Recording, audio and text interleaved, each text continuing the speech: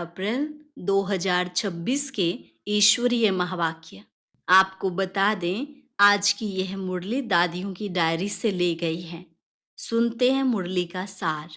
अंतर्मुखी बच्चे, ज्ञान रूप अवस्था में रहकर इन महावाक्यों को धारण करो, तब अपना व अन्य आत्माओं का कल्याण कर सकेंगे। हर एक पुरुषार्थी बच्चे को पहले अंतर्मुख अवस्था अवश्य धारण करनी है। अंतर्मुखता में बड़ा ही कल्याण समाया हुआ है। इस अवस्था से ही अचल, स्थिर, धैर्यवत, निर्माणचित इत्यादि दैवी गुणों की धारणा हो सकती है तथा संपूर्ण ज्ञानमय अवस्था प्राप्त हो सकती है।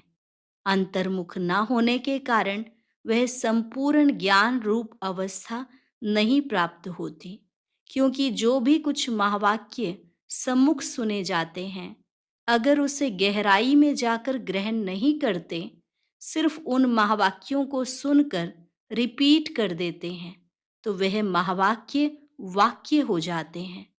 जो ज्ञान रूप अवस्था में रहकर महावाक्य नहीं सुने जाते, उन महावाक्यों पर माया का परछाया पड़ जाता है।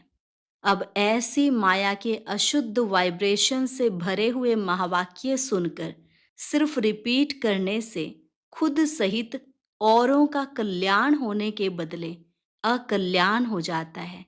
इसलिए हे बच्चों, एकदम अंतर्मुखी बन जाओ। आपका यह मन मंदिर सदृश है। जैसे मंदिर से सदैव खुशबू आती है, ऐसे मन मंदिर जब पवित्र बनता है तो संकल्प भी पवित्र इमर्ज होते हैं। जैसे मंदिर में सिर्फ पवित्र देवी देवताओं के ही चित्र रखे जाते हैं, ना कि दैत्यों के, ऐसे तुम बच्चे अपने मन व दिल रूपी मंदिर को सर्व ईश्वरीय गुणों की मूर्तियों से सजा दो। वे गुण हैं निर्मोह, निर्लोभ, निर्भय, धैर्यवत, निरहंकार इत्यादि, क्योंकि यह सब तुम्हारे ही दिव्य लक्षण हैं। आप बच्चों को अपने मन मंदिर को उजियारा अर्थात संपूर्ण शुद्ध बनाना है। जब मन मंदिर उजियारा बने, तभी अपने उजियारे प्यारे वैकुंठ देश में चल सकें। तो अब अपने मन को उज्जवल बनाने का प्रयत्न करना है तथा मन सहित विकारी कर्मेंद्रियों को वश करना है, परंतु न सिर्फ अपना मगर अन्य प्रति भी यही दिव्य सर्विस करनी है। वास्तव में सर्विस का अर्थ अति सूक्ष्म और महीन है। ऐसा नहीं कि किसकी भूल पर सिर्फ सावधान करना इतने तक सर्विस है, परंतु नहीं, उनको सूक्ष्म रीति अपनी योग की शक्ति पहुंचाए, उनके अशुद्ध संकल्प को भस्म कर देना, यही सर्वोत्तम सच्ची सर्विस है। और साथ साथ अपने ऊपर भी अटेंशन रखना है, ना सिर्फ वाचा अथवा कर्मणा तक, मगर मनसा में भी कोई अशुद्ध संकल्प उत्पन्न होता है तो उनका वाइब्रेशन अन्य के पास जाए, सूक्ष्म रीति अकल्याण करता है, जिसका बोझ खुद पर आता है और वही बोझ बंधन बन जाता है। इसलिए हे बच्चों, खुद सावधान रहो, फिर अन्य प्रति वही दिव्य सर्विस करो। यही आप सेवाधारी बच्चों का अलौकिक कर्तव्य है। ऐसी सर्विस करने वालों को फिर अपने प्रति कोई भी सर्विस नहीं लेनी है। भल कभी कोई अनायास भूल हो भी जाए तो उसे अपने बुद्धि योग बल से सदैव के लिए करेक्ट कर देना है। ऐसा तीव्र पुरुषार्थी थोड़ा भी इशारा मिलने से शीघ्र महसूस करके परिवर्तन कर लेता है और आगे के लिए अच्छी रीति अटेंशन रख चलता है। यही विशाल बुद्धि बच्चों का कर्तव्य है। हे मेरे प्राणों, परमात्मा द्वारा रचे हुए इस अविनाशी राजस्व ज्ञान यज्ञ प्रति तन मन धन को संपूर्ण रीति से स्वाहा करने का राज बहुत महीन है। जिस घड़ी आप कहते हो कि मैं तन मन धन सहित यज्ञ में स्वाहा अर्थात अर्पण हो मर चुका, उस घड़ी से लेकर अपना कुछ भी नहीं रहता। उसमें भी पहले तन मन को संपूर्ण रीति से सर्विस में लगाना है। जब सब कुछ यज्ञ अथवा परमात्मा के प्रति है, तो फिर अपने प्रति कुछ रह नहीं सकता। धन भी व्यर्थ नहीं गंवा सकते। मन भी अशुद्ध संकल्प विकल्प तरफ दौड़ नहीं सकता, क्योंकि परमात्मा को अर्पण कर दिया।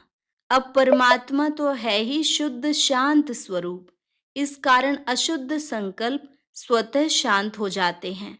अगर मन माया के हाथ में दे देते हो, तो माया वैरायटी रूप होने के कारण अनेक प्रकार के विकल्प उत्पन्न कर मन रूपी घोड़े पर आए सवारी करती है।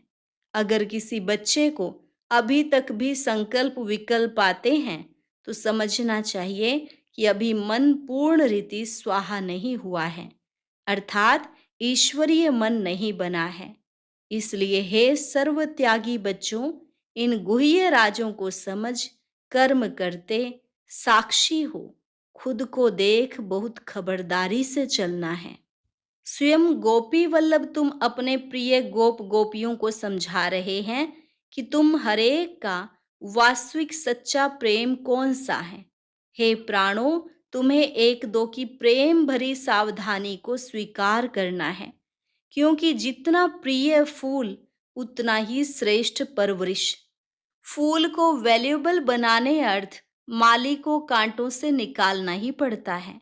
वैसे तुम्हें भी जब कोई सावधानी देता है, तो समझना चाहिए जैसे कि उसने मेरी परवरिश की, अर्थात मेरी सर्विस की।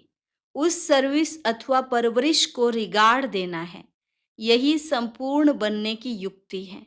यही ज्ञान सहित आंतरिक सच्चा प्रेम है।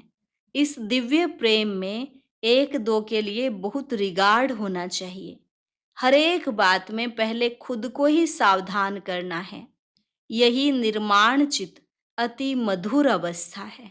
ऐसे प्रेम पूर्वक चलने से तुम्हें जैसे यहाँ ही वे सतयुग के सुहावने दिन आंतरिक महसूस होंगे। वहां तो यह प्रेम नेचुरल रहता है, परंतु इस संगम के स्वीटेस्ट समय पर एक दो के लिए सर्विस करने का यह अति मीठा रमणीक प्रेम है। यही शुद्ध प्रेम जग में गाया हुआ है। तुम हरेक चैतन्य फूलों को हरदम हर्षित मुख हो रहना है, क्योंकि निश्चय बुद्धि होने के कारण तुम्हारी नस नस में संपूर्ण ईश्वरीय ताकत समाई हुई है। ऐसी आकर्षण शक्ति अपना दिव्य चमत्कार अवश्य निकालती है। जैसे छोटे निर्दोष बच्चे शुद्ध पवित्र होने कारण सदैव हंसते रहते हैं और अपने रमणीक चरित्र से सबको बहुत खींचते हैं, वैसे तुम हरेक की ऐसी ईश्वरीय रमणीक जीवन होनी चाहिए। इसके लिए तुम्हें किसी भी युक्ति से अपने आसुरी स्वभाव पर जीत प्राप्त करनी है। जब कोई को देखो कि यह क्रोध विकार के वश हो मेरे सामने आता है, तो उनके सामने ज्ञान रूप हो बचपन की मीठी रीति से मुस्कुराते रहो, तो वह खुद शांत चित्त हो जाएगा, अर्थात विस्मृति स्वरूप से स्मृति में आ जाएगा। भले उनको पता ना भी पड़े, लेकिन सूक्ष्म रीति से उनके ऊपर जीत पाकर मालिक बन जाना, यही मालिक और बालकपन की सर्वोच्च शिरोमणि विधि है। ईश्वर जैसे संपूर्ण ज्ञान रूप, वैसे फिर संपूर्ण प्रेम रूप भी है। ईश्वर में दोनों ही क्वालिटीज समाई हुई हैं, परंतु फर्स्ट ज्ञान, सेकंड प्रेम। अगर कोई पहले ज्ञान स्वरूप बनने बिगर सिर्फ प्रेम रूप बन जाता है, तो वह प्रेम अशुद्ध खाते में ले जाता है।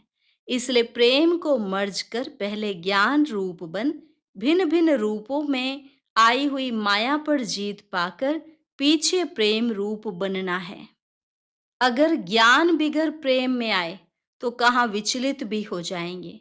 जैसे अगर कोई ज्ञान रूप बनने के बिगर ध्यान में जाते हैं, तो कई बार माया में फंस जाते हैं। इसलिए बाबा कहते हैं, बच्चे, यह ध्यान भी एक सूत की जंजीर है, परंतु ज्ञान रूप बन पीछे ध्यान में जाने से अति मौज का अनुभव होता है। तो पहले है ज्ञान, पीछे है ध्यान। ध्यानिष्ठ अवस्था से ज्ञानिष्ठ अवस्था श्रेष्ठ है। इसलिए हे बच्चों, पहले ज्ञान रूप बन, फिर प्रेम इमर्ज करना है। ज्ञान बिगड़ सिर्फ प्रेम इस पुरुषार्थी जीवन में विघ्न डालता है। साक्षीपन की अवस्था अति मीठी, रमणीक और सुंदर है। इस अवस्था पर ही आगे की जीवन का सारा मदार है।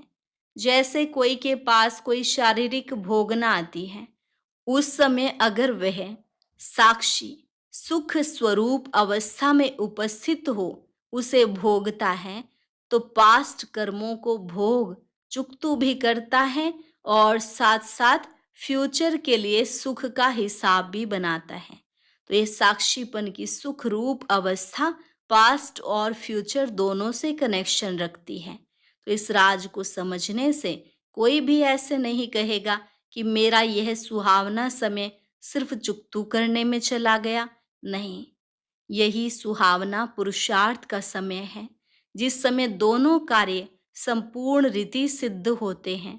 ऐसे दोनों कार्यों को सिद्ध करने वाला तीव्र पुरुषार्थी ही अतीन्द्रिय सुख व आनंद के अनुभव में रहता है।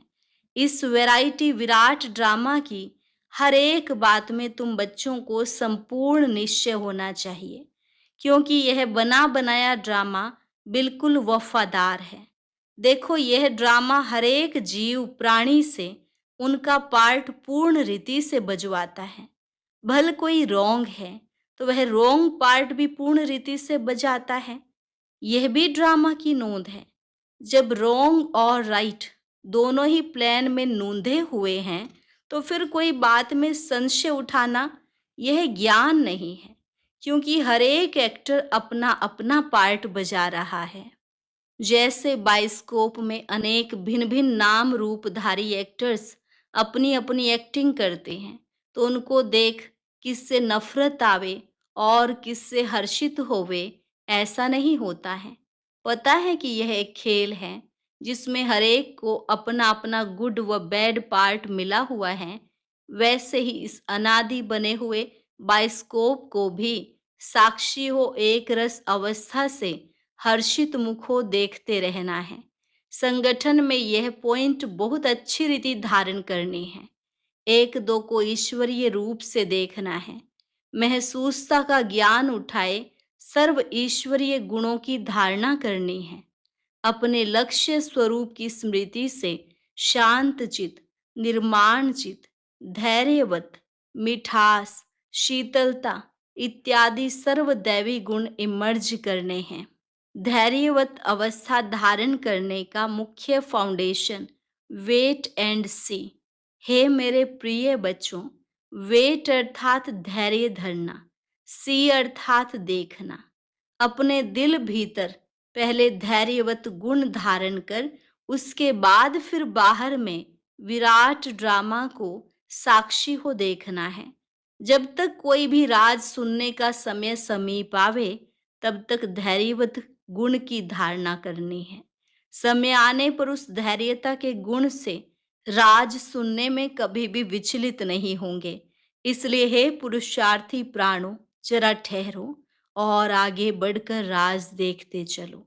इस ही धैर्यवत अवस्था से सारा कर्तव्य संपूर्ण रीति से सिद्ध होता है। यह गुण निश्चय से बांधा हुआ है। ऐसे निश्चय बुद्धि साक्षी दृष्टा हो हर खेल को हर्षित चेहरे से देखते आंतरिक धैर्यवत और अडोल चित रहते हैं। यही ज्ञान की परिपक्व अवस्था है, जो अंत में संपूर्णता के समय प्रैक्टिकल में रहती है। इसलिए बहुत समय से लेकर इस साक्षीपन की अवस्था में स्थित रहने का परिश्रम करना है।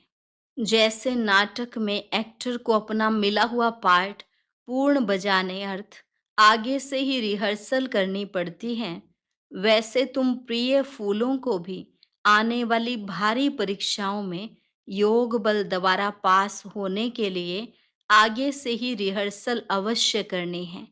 लेकिन बहुत समय से लेकर अगर यह पुरुषार्थ किया हुआ नहीं होगा, तो उस समय घबराहट में फेल हो जाएंगे। इसलिए पहला अपना ईश्वरीय फाउंडेशन पक्का रख, दैवी गुणधारी बन जाना है। ज्ञान स्वरूप स्थिति में स्थित रहने से स्वतः शांत रूप अवस्था हो जाती है। जब ज्ञानी तु आत्मा बच्चे इकट्ठे बैठकर मुरली सुनते हैं तो चारों तरफ शांति का वायुमंडल बन जाता है। क्योंकि वे कुछ भी महावाक्य सुनते हैं तो आंतरिक डीप चले जाते हैं। डीप जाने के कारण आंतरिक उन्हों को शांति की मीठी महसूस सा होती है। अब इसके लिए कोई खास बैठकर मेहनत नहीं करनी है, परंतु ज्ञान की अवस्था में स्थित रहने से यह गुण अनायास आ जाता है। तुम बच्चे जब सवेरे सवेरे उठकर एकांत में बैठते हो तो शुद्ध विचारों रूपी लहरें उत्पन्न होती हैं। उस समय बहुत उपराम अवस्था होनी चाहिए। फिर अपने निज शुद्ध संकल्प में स्थित होने से अन्य सब संकल्प आप पे ही शांत हो जाएंगे और मन अमन हो जाएगा। क्योंकि मन को वश करने अर्थ भी कोई ताकत तो अवश्य होनी चाहिए। इसलिए पहले अपने लक्ष्य स्वरूप के शुद्ध संकल्प को धारण करो। जब आंतरिक बुद्धि योग कायदे प्रमाण होगा तो तुम्हारी यह निर्संकल्प अवस्था स्वतः हो जाएगी। अच्छा, मीठे मीठे ज्ञान गुलजारी, ज्ञान सितारों प्रति याद प्यार, गुड मॉर्निंग और नमस्ते। रूहानी बच्चों की रूहानी बाप दादा और मीठी मीठी दादियों प्रति नमस्ते नमस्ते, गुड मॉर्निंग, शुक्रिया बाबा, शुक्रिया।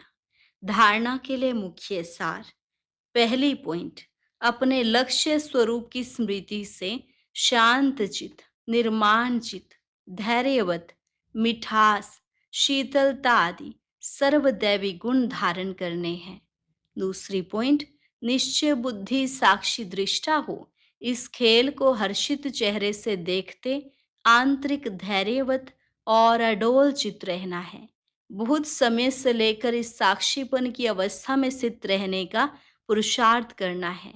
वरदान, एक ही रास्ता और एक से रिश्ता रखने वाले संपूर्ण फरिश्ता भव।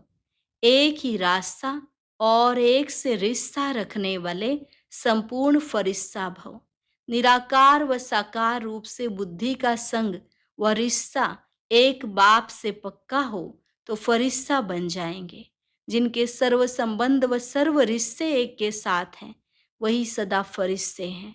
जैसे गवर्नमेंट रास्ते में बोर्ड लगा देती है कि ये रास्ता ब्लॉक है, ऐसे सब रास्ते ब्लॉक बंद कर दो तो बुद्धि का भटकना छूट जाएगा। बाप दादा का यही फरमान है कि पहले सब रास्ते बंद करो, इससे सहज फरिश्ता बन जाएंगे। स्लोगन, सदा सेवा के उमंग उत्साह में रहना, यही माया से सेफ्टी का साधन है। अव्यक्त इशारे, महान बनने के लिए मधुरता और नम्रता का गुण धारण करो। आपका बोल और स्वरूप दोनों साथ साथ हों। बोल स्पष्ट भी हो, उसमें स्नेह भी हो, नम्रता और मधुरता भी हो, सत्यता भी हो, लेकिन स्वरूप की नम्रता भी हो। इसी रूप से बाप को प्रत्यक्ष कर सकेंगे। निर्भय हो लेकिन बोल मर्यादा के अंदर हो। जब इन दोनों बातों का बैलेंस हो तब कमाल दिखाई देगा। फिर आपके शब्द कड़े नहीं मीठे लगेंगे। अच्छा, और अभी सुनते हैं आज का अव्यक्त ज्ञान।